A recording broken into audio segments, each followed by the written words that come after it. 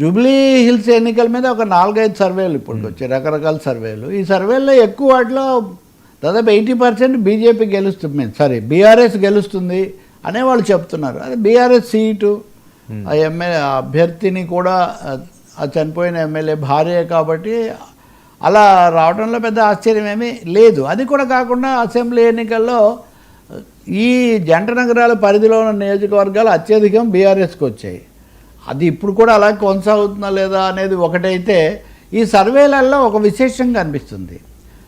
తేడా 4% ఉంది, అంటే 42-38 ఈ పద్ధతిలో. కానీ స్వింగ్ ఓట్స్ 8-9%, 10% స్వింగ్, అంటే ఎటు తేల్చుకోలేని ఓట్లు 9-10% ఉన్నాయి. కాబట్టి అల్టిమేట్గా ఈ స్వింగ్ ఓటర్లు అటు మొగ్గుతారా ఇటు మొగ్గుతారా అన్నదాని మీద ఈ జయాపజయాలు ఆధారపడి ఉంటాయి అని. నాకు యాక్చువల్గా బయటికి రాని సర్వే ఆయనతో కూడా ఒక ఆయనతో నేను మాట్లాడాను.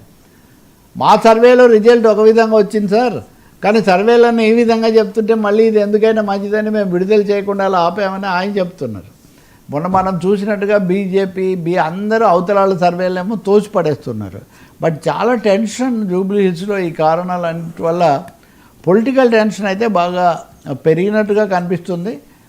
బీఆర్ఎస్ గట్టెక్కినా కానీ గట్టెక్కొచ్చు అనే అభిప్రాయం కూడా ఎక్కువగానే ఉంది. కాంగ్రెస్ పార్టీ అందుకోసమే సైలెంట్ ఓటింగ్ ఏదైనా తీసుకొని రావాలి. సోషల్ గ్రూప్స్ ఇందాక మనం మాట్లాడినట్టుగా వీళ్ళందరూ ఏం చేస్తారు, ఇలాంటి సమయంలో బీజేపీ పాత్ర ఏంటనేది కూడా.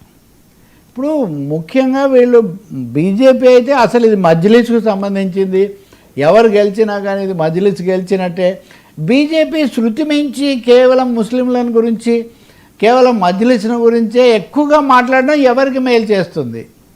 అంటే పోలరైజేషన్ అంటారు చూడండి, ఓటర్ల సమీకరణ అటో ఇటో విడిపోవటం అన్నది బీజేపీ కనుక ఈ రిలీజియస్ టాక్ లేదా కమ్యూనల్ టాక్ అనేది ఎక్కువగా చేస్తే మటుకు అప్పుడు ముస్లింలు ఎవరికి ఓట్ వేయాలని నిర్ణయించుకుంటారని. ఉత్తరాదిలో కూడా ఇది ఉంది, దీన్ని టాక్టికల్ ఓటింగ్ అంటారు. వాళ్ళు వీళ్ళని ఓడించాలి అంటే ఎవరిని గెలిపించాలని కాదు, ఎవరిని ఓడించాలి. ఎవరిని ఓడించడం ఈ క్షణంలో మనకు చాలా అవసరం. ఎవరు మన ప్రయోజనాలు లౌకిక తత్వం ఇది కాపాడతారనే ఒక అభద్రతలో వాళ్ళు ఓటేస్తారని చూస్తుంటే జూబ్లీ హిల్స్లో నెమ్మదిగా ఇతర రాజకీయ అంశాలన్నీ పక్కకు పోయి, ఒకటేమో రౌడీయిజం, రెండవదేమో ఇదిగో మతం, వాళ్ళు వీళ్ళు ఇవి కేంద్ర స్థానానికి వచ్చి కూర్చున్నట్టు కనిపిస్తుంది.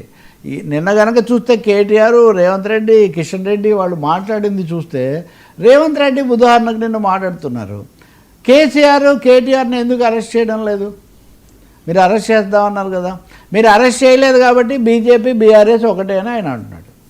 కిషన్ రెడ్డి మాట తప్పారు, మాకు కాళేశ్వరం మీద డీటెయిల్స్ ఇవ్వండి, మేము అరెస్ట్ చేస్తామన్నారు, మేము విచారణ కమిషన్ వేసి డీటెయిల్స్ అన్ని పంపించాం, ఇంతవరకు చర్య తీసుకోవడం లేదని.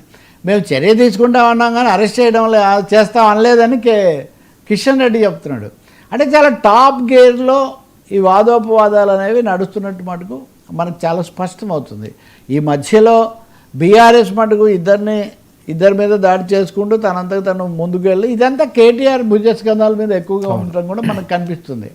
ప్రచారంలో కూడా ఎక్కువ మందిని వాళ్ళు ఎందుకు దింపలేదు మనకు తెలియదు. కానీ బీఆర్ఎస్కు ఇప్పుడు ఇది ద్వంద్వ సవాల్ లాంటిది, అంతర్గత వ్యవహారాలు చక్కబెట్టుకోవటం, తన స్థానాన్ని నిలబెట్టుకోవటం. అందుకని బీజేపీ అయితే ఇందులో కొంచెం బ్యాక్ సీట్ తీసుకున్నట్టే కనిపిస్తుంది. కానీ వాళ్ళు తీసుకొని వచ్చిన పొలిటికల్ నేరేటివ్, కమ్యూనల్ నేరేటివే అల్టిమేట్గా జూబ్లీ హిల్స్ను అంతిమ ఫలితాన్ని నిర్ణయిస్తుందని మటుకు స్పష్టమవుతుంది.